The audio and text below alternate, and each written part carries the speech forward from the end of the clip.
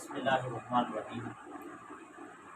اللہ تعالیٰ کی ایک صفات، تمام صفات جتنے بھی ہے وہ اللہ تعالیٰ کے ساتھ ہی خاص اور مختص ہے، مگر ایک چیز ایسی ہے کہ وہ اللہ تعالیٰ کے ساتھ زینت میں اچھی لگتی ہے، اللہ تعالیٰ کے ساتھ بھی وہ بہتر لگتی ہے، وہ ہے تکبر، غرور۔ یہ صرف اللہ تعالیٰ کی بڑائی ہے، یہ اللہ تعالیٰ کی چادر ہے، یہ اللہ تعالیٰ کی کبریائی ہے۔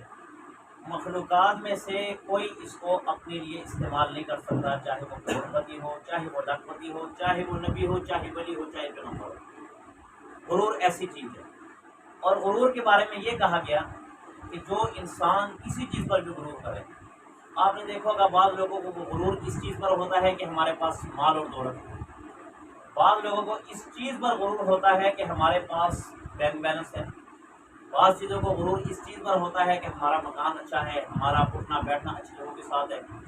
تو یہ غرور کا جو نشہ ہوتا ہے نا، غرور کا نشہ، یہ انسان کو ذلیل سے ذلیل تر کر دیتا ہے۔ آپ کو یہ بھی پتہ ہے کہ یہ جو شیطان ہے، اس کا نام شیطان نہیں تھا، اس کا نام ابلیس نہیں تھا، بلکہ اس کا نام عابد تھا۔ عابد کا معنی ہوتا ہے عبادت کرنے والا، ہر وقت، ہر لمحہ، ہر گھڑی اللہ رب العزت کی ذات کو یاد کرنے والا، یعنی کہ وہ پہلا آسمان ہو، دوسرا آسمان ہو، مگر ہر گھڑی، ہر لمحہ، ہر آن اللہ تعالیٰ کو یاد کیا کرتا تھا۔ اب ایک وقت ایسے آیا کہ اللہ رب العزت نے فرشتوں کے سامنے ذکر کیا کہ میں تمہارے سامنے ایک خلیفہ، اپنا نائب مقرر کرنے جا رہا ہوں، مگر وہ ہوگا انسانوں میں سے، انسانوں میں سے۔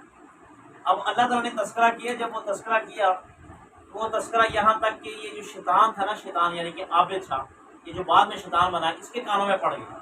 جب اس کے کانوں میں پڑ گئے، اس نے اللہ تعالیٰ کو دلیلیں دینا شروع کر دی کہ اللہ جی، آپ جس چیز کو بنا رہے ہیں اور جس چیز سے آپ ان کو بنا رہے ہیں، یعنی کہ مٹی سے، میں افضل ہوں، میں اچھا ہوں، میں بہتر ہوں۔ اللہ نے کہا سجدہ کرو، اللہ کا حکم آ گیا کہ سجدہ کرو، مگر وہ کہتا نہیں میں سجدہ نہیں کروں گا، سجدہ اس لیے نہیں کروں گا، اس لیے نہیں کروں گا کیونکہ میں افضل ہوں، میں بہتر ہوں اس سے، اور یہ اس کو آپ نے کنکناتی ہوئی مٹی سے بنایا، گارے سے بنایا، لہٰذا میں سجدہ نہیں کروں گا۔ صرف ایک چھوٹی سی بات پہ غرور کیا آ گیا کہ میں افضل ہوں، میں افضل ہوں کیونکہ میں سارے فرشتوں کا استاد ہوں۔ اللہ تعالیٰ کی ذات جو ہے نا، میں اس کو دیکھتا ہوں، اللہ مجھے حکم کرتے کہ اس کو پڑھاؤ، اس کو پڑھاؤ، تمام کے تمام فرشتوں کا میں استاد ہوں۔ اب اگر یہ نائب بنے گا تو میری ویلیو ڈاؤن ہو جائے گی۔ اب دل میں غرور اور تکبر جب ابھر آیا تو اللہ تعالیٰ کی ذات نے جب تمام کے تمام فرشتوں کو کہا کہ سجدہ کرو، مگر اس لعین ابلیس نے سجدہ نہ کیا۔ کہتے ہیں کہ اوپر سے کپڑا آیا لعنت کا، ایک کوک کا، اس کے چہرے پر پڑ گیا، چہرے پر پڑ گیا۔ اللہ تعالیٰ نے قرآن مجید قرآن حمید میں کہا فَخْرُجْ مِنْهَا فَإِنَّكَ رَجِيمٌ وَإِنَّ عَلَيْكَ لَعْنَةً إِلَىٰ يَوْمِ الدِّينِ، کہ اے مقرب میرے بندے، اے مقرب میرے فرشتے یا جن، جو تو میرے سب سے زیادہ قریب تھا، اللہ تعالیٰ کہتے ہیں اب قیامت تک تجھ پر دھتکار، تجھ پر لعنت، تجھ پر پھٹکار پڑتی رہے گی، نکل جا یہاں سے، جا چلے جا۔ اب دیکھیں چھوٹے سے عمل نے غرور کیا ہے؟ ایک چھوٹا سا عمل جب انسان اپنے دل کے اندر لے آتا ہے نا، تو اللہ تعالیٰ اس بندے کو اپنی نگاہ سے گرا دیتے ہیں، رحمت کی نگاہ سے، وہ کوئی بھی ہو۔ ایسے لوگ دیکھیں، ایک آدمی ہے، کہتے کہ اس نے اتنی عبادت کی چپا چپا پر، مگر ایک چھوٹا سا، جب وہ راستے میں گزر کے جا رہا تھا، اس کی نگاہ ایک آدمی پہ پڑی کہ وہ بیٹھا ہوا اور وہ شراب پیتا ہے۔ اب جب اس کی نگاہ اس شرابی پر پڑ گئی نا، تو وہ دل میں کیا سوچ جائے کہ دیکھ میں نمازیں پڑھتا ہوں، میں قرآن پڑھتا ہوں، میں یہ بھی عبادت کرتا ہوں، وہ عبادت کرتا ہوں، یعنی کہ تمام جتنے بھی باتیں وہ میں کرتا ہوں۔ اس ناپاک اور پلید آدمی کو دیکھو، یہ شراب پیتا رہتا ہے، لہٰذا میں افضل ہوں۔ اب یہ دل میں خیال آیا، جب یہ افضلیت کا معاملہ اس نے اپنے اوپر فٹ کر دیا اور اپنا فتویٰ خود اپنے اوپر لگا دیا کہ میں افضل ہوں، تو رات کو سوتا ہے اور خواب میں کیا دیکھتا ہے کہ فرشتے آتے ہیں، ایک جگہ شرابی ہوتا ہے اور ایک جگہ یہ نماز پڑھنے والا ہوتا ہے، یہ قرآن پڑھنے والا ہوتا ہے، جو اپنے آپ کو افضلیت کا سرٹیفکیٹ دے چکا ہے کہ میں افضل ہوں۔ اب فرشتے اس کو پکڑ کے جہنم لے کے جا رہے ہیں اور اس کو پکڑ کے جنت لے کے جا رہے ہیں۔ جو شراب پینے والا وہ جنت میں جا رہا ہے، اور جو نیکیاں کرنے والا، قرآن پڑھنے والا، وہ جہنم میں جا رہا ہے۔ اب وہ کہہ رہا ہے کہ میں نے نمازیں پڑھی ہیں، میں نے یہ کیا، میں نے وہ کیا، مگر اس آدمی کو تو جہنم میں جانا چاہیے، تو شراب پینے والا ہے، اور مجھے جنت میں جانا چاہیے۔ جواب میں اس کو جواب دیا جاتا ہے کہ دیکھو بھائی بات اس طرح ہے کہ یہ جو شراب پینے والا ہے نا، یہ شراب پیتا ضرور ہے مگر اپنے آپ کو گنہگار بھی کہتا ہے، یہ شراب پیتا ضرور ہے مگر اللہ سے ڈرتا بھی ہے۔ دیکھیں مسلمان جتنا مرضی گنہگار ہو، جتنا مرضی گنہگار ہو، چاہے وہ شراب کے اندر ملوث ہو، چاہے وہ زنا کے اندر ملوث ہو، چاہے کسی گناہ کے اندر ملوث ہو، مگر یاد رکھنا مسلمان گناہ کرتا ضرور ہے مگر مسلمان ڈرتا بھی ہے۔ ایسا ہی ہے نا، مسلمان ڈرتا ضرور ہے، کوئی بھی گناہ کرے، میں ہوں اگر میں کوئی گناہ کروں نا تو میرے دل میں یہ خیال ضرور ہے کہ یار ہے گناہ اور ہے اللہ کا ڈر، مگر کر لیتے ہیں، پھر بھی اس کو مسلمان کہلایا جا سکتا ہے۔ مگر جو شراب پینے والا تھا، شراب پینے والا یہ اپنے آپ کو ضرور کہتا تھا کہ میں شرابی ضرور ہوں مگر اللہ کی نافرمانی اور یہ گناہ ہے، مگر اپنے آپ کو یہ کہتا تھا کہ میں اتنا پاک آدمی ہوں، اللہ مجھے معاف کر دے۔ اللہ نے جو نماز پڑھنے والا تھا اس کو جہنم بھیج دی، جو شراب پینے والا تھا اس کو جنت بھیج دی۔ کس بنا پر؟ کہ اس نے تکبر کیا، غرور کیا۔ اس بنا پر موسیٰ علیہ السلام کا زمانہ ہے، موسیٰ علیہ السلام کا زمانہ، موسیٰ علیہ السلام گزر رہے، اللہ سے ہم کلام ہونے جا رہے ہیں، تو موسیٰ علیہ السلام سے ایک آدمی نے پکار کر کہا کہ اے موسیٰ، آپ اللہ سے پوچھیں گے کہ میرے بارے میں کیا حکم ہے، میرے بارے میں۔ اور یہ جو سامنے ایک آدمی بیٹھا ہوا ہے، نہ یہ نماز پڑھتا ہے، نہ یہ مسجد میں جاتا ہے، نہ یہ تابعداری کرتا ہے، نہ فرما برداری کرتا ہے، ذرا اللہ سے پوچھے کہ اس کے بارے میں کیا حکم ہے، اس کے بارے میں کیا حکم ہے۔ اللہ تعالیٰ سے جب موسیٰ علیہ السلام ہم کلام ہونے گے، اللہ سے پوچھا اللہ جی جب میں راستے میں آ رہا تھا اس طرح مجھے ایک آدمی ملا، اس نے مجھے اپنے بارے میں حوار بتایا کہ میں نماز میں پڑھتا ہوں، ذکر اذکار کرتا ہوں، آپ کو یاد کرتا ہوں، آپ کی دین کی تبلیغ کرتا ہوں، اور اسی طرح یہ آدمی ہے یہ کچھ نہیں کرتا، مگر مجھے یہ بتایا کہ اللہ جی اس کے بارے میں کیا حکم ہے، اس کے بارے میں کیا حکم۔ اللہ نے کہا کہ جا کر اس کو بتا دو کہ تیرا جو خاتمہ ہے، تیرا جانا ہے ٹھکانا ہے وہ جہنم میں ہے، اور اس آدمی کا ٹھکانا جنت میں ہے۔ اب وہ بڑا پریشان ہوا، اور پریشان ہو کر موسیٰ علیہ السلام سے کہنے لگا موسیٰ جی جو برے کام کرتا ہے، جو غلط کام کرتا ہے، دین کی فرما برداری نہیں کرتا، تابعداری نہیں کرتا، وہ جنت جا رہا ہے، اور جو دین کی فرما برداری کر رہا ہے وہ جہنم میں جا رہا ہے۔ اللہ تعالیٰ کی ذات نے کہا موسیٰ علیہ السلام سے کہ اس کو کہو کہ اپنے اعمال کے اندر ایک چیز تمہاری خراب ہے، وہ کیا ہے کہ غرور اور تکبر، تم تکبر کرتے ہو۔ یاد رکھنا اس کی نمازی کی نماز اس کے منہ پر مار دی جاتی ہے کہ جب وہ مسجد سے نکلتا ہے تو ایسے دکاندار پر اس کی نظر پڑتی ہے کہ جو نماز نہیں پڑھتا، وہ دل ہی دل کے اندر یہ خیال کرتا ہے کہ یار یہ کتنا برا آدمی ہے۔ اب دیکھو یہ برا اور اچھا فیصلہ کس نے کرنا ہے؟ اللہ نے، یہ ہم نہیں کر سکتے۔ ایسے لوگ دکھائیں، ایسے لوگ جنہوں نے کوئی نماز نہیں پڑھی مگر وہ جنت چلے جاتے ہیں، اور ایسے لوگ کہ جنہوں نے مصلے پرانے کر دیے، ان کے ماتھوں پر محراب کے نشان پڑ گئے، ان کے گوڑوں گٹنوں پر رگڑے کے نشان بن گئے، مگر جب مرتے ہیں تو فیصلہ جہنم کا ہو جاتا ہے۔ وہ کیوں ہوتا ہے؟ اس لیے کہ غرور کرتے ہیں، تکبر کرتے ہیں۔ یاد رکھنا کوئی بھی عبادت کرو مگر اس پر اترانا نہ، کبھی نہ سوچنا کہ یار میں کرتا ہوں میرا یہ ساتھ والا ہمسایہ نہیں کرتا، میں قرآن پڑھتا ہوں میرا ساتھ والا ہمسایہ نہیں کرتا، میں بیان سنتا ہوں یہ ساتھ والا ہمسایہ بیان میں نہیں آتا۔ یہ جو ہم بیان کرتے ہیں یا بیان سنتے ہیں، نماز پڑھتے ہیں یا نماز پڑھاتے ہیں، یہ اللہ کی توفیق سے ہے، انسان کی توفیق سے کچھ نہیں ہے۔ اللہ کہتے ہیں کہ جب تک میں ایک انسان کو اپنی رحمت کی نگاہ سے 70 مرتبہ نہ دیکھ لوں وہ مسجد نہیں جا سکتا۔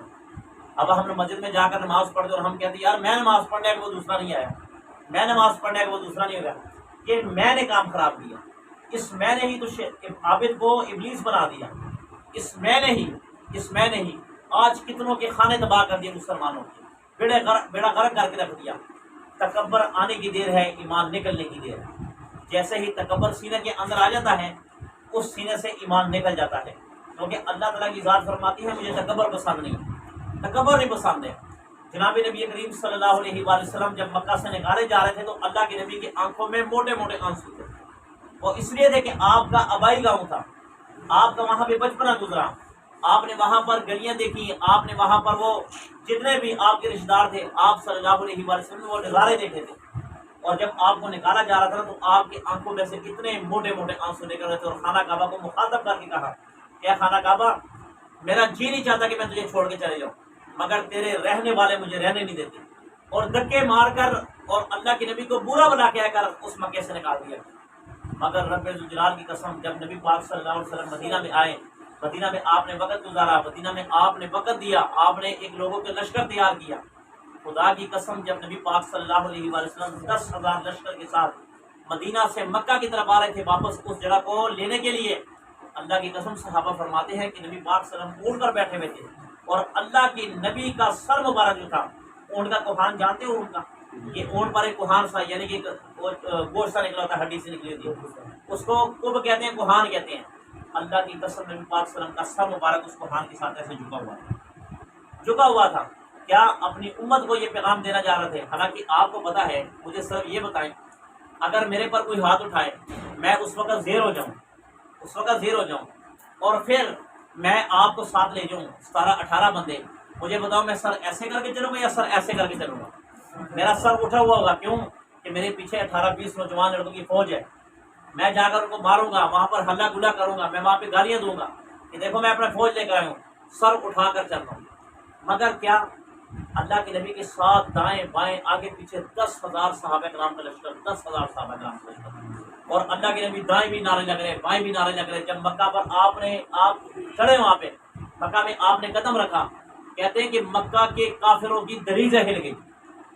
اللہ کے نبی کے صحابہ کی نعرے سن کے نا بڑے بڑے کافروں کی چیخیں نکل گئی کہ اب نہ جانے ہمارے ساتھ کیا ہوگا۔ تو اللہ کے نبی کا سر مبارک اونٹ کے کوہان کے ساتھ لگا ہوا تھا، اور آپ نے فرمایا کہ میں سچا نبی ہوں اور اللہ نے مجھے عاجزی کا حکم دیا، لہٰذا میں عاجزی کے ساتھ مکہ میں داخل ہوں۔ آپ عاجزی میں گئے ہیں۔ کسی مسلمان کو یہ زیب نہیں دیتا کہ وہ عبادت پر تکبر کرے، اپنے علم پر تکبر کرے، اپنے تقریر پر تکبر کرے، اپنے پیسے پر، اپنے کسی چیز پر آپ تکبر نہیں کر سکتے۔ جب انسان کے اندر تکبر آ جاتا ہے تو انسان تباہ ہو جاتا ہے۔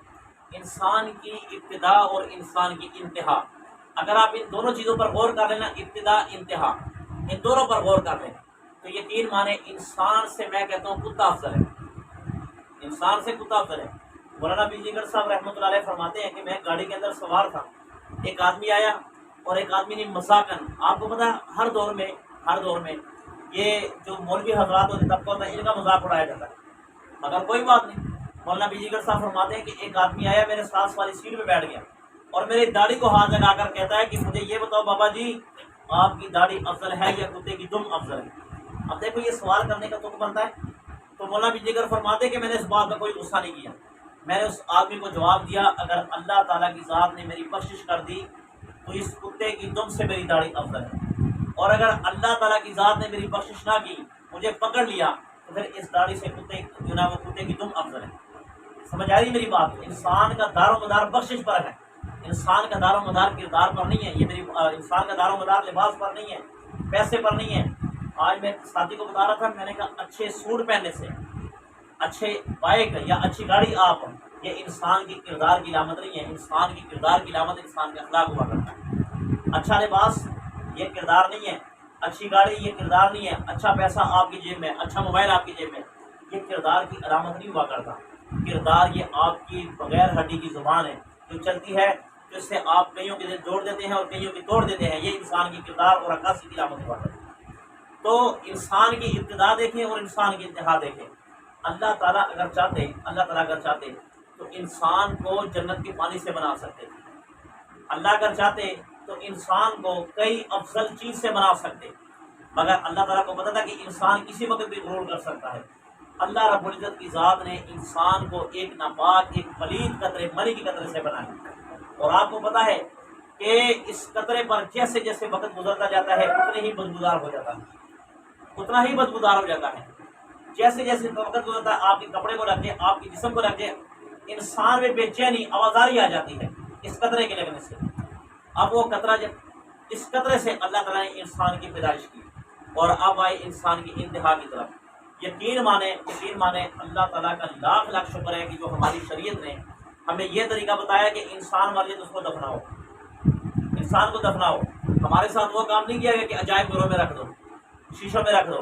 یقین مانے جتنی انسان کی جسم سے بدبو آتی ہے اتنی کسی جانور کی جسم سے بدبو نہیں آتی، کبھی بدبو نہیں آتی۔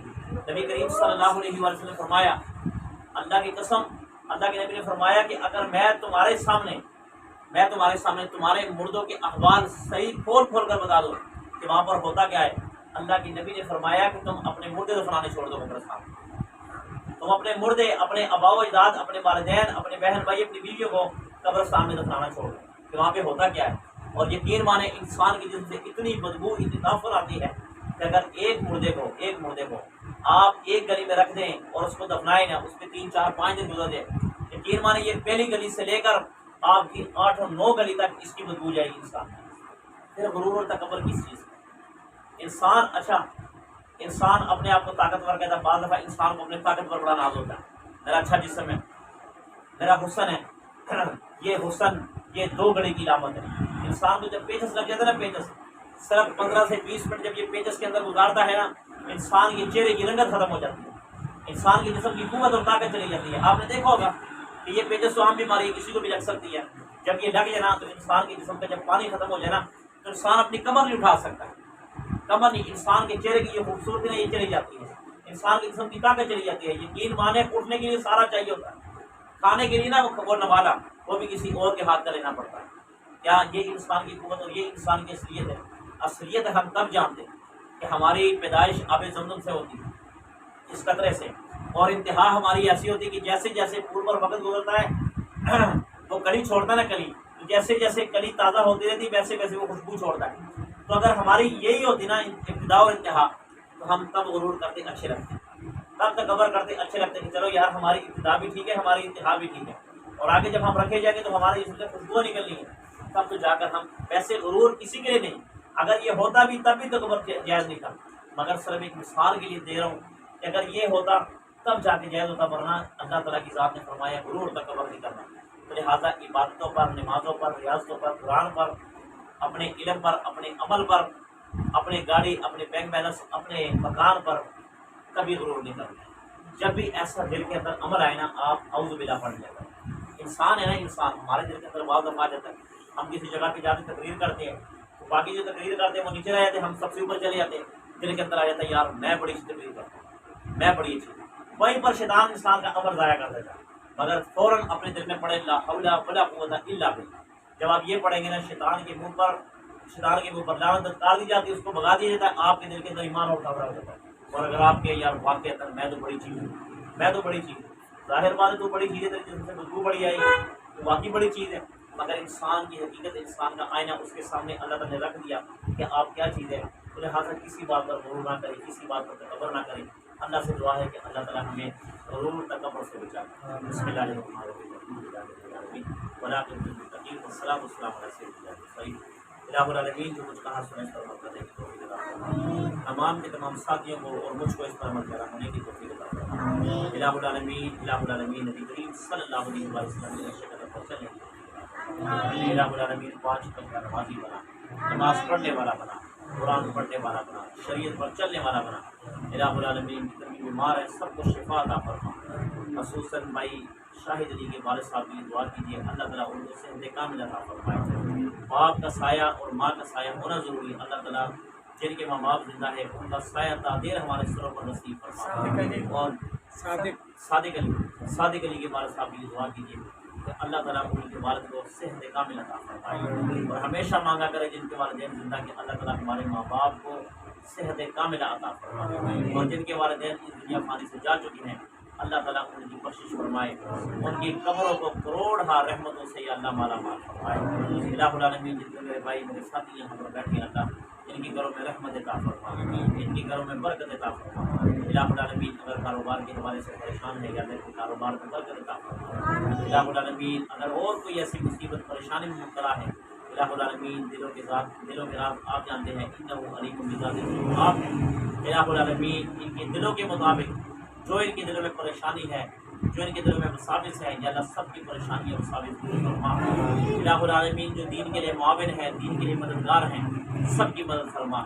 خصوصاً بالخصوص جس گھر میں ہم بیٹھے ہیں اللہ ہر اتوار کو یہاں پر اکٹھے ہوتے ہیں یا اللہ یہ دین کا سبب بنے ہیں یا اللہ انہیں کی وجہ سے یا اللہ ہماری بات ہے اور آپ ہماری بات سنتے ہیں, ہم آپ کے چہرے کو دیکھتے ہیں. اللہ اس گھر پر بھی رحمت عطا فرما, اس بیٹھک پر اپنی رحمت عطا فرما, ان کے رہنے والوں پر یا اللہ اپنی رحمت خاص عطا فرما. اور جو یہ ساتھی آپ آتے ہیں اللہ تعالیٰ ان پر بھی خاص رحمت عطا فرما, ان کے سینوں کو بھی ایمان سے منور فرما. یا اللہ ہم سب کو پیارے کریم صلی اللہ علیہ وسلم کی محبت نصیب فرما. الہ العالمین یہ 2 آرزو دلوں پر ہے یا اللہ سب مسلمانوں کے مرنے سے پہلے پہلے یا اللہ ہمیں اپنا مکہ اور مدینہ دکھا دے، یا حبیب صلی اللہ علیہ وسلم کا شہر دکھا دے، اور یا اللہ یہ ہماری آرزو تمام مسلمانوں کو پوری فرما کہ جب آخری وقت ہو، عالم نظام ہو، یہ بابرکت کلمہ لا الہ الا اللہ محمد رسول اللہ ہماری زبان پر جاری ساری فرما، آمین برحمتک۔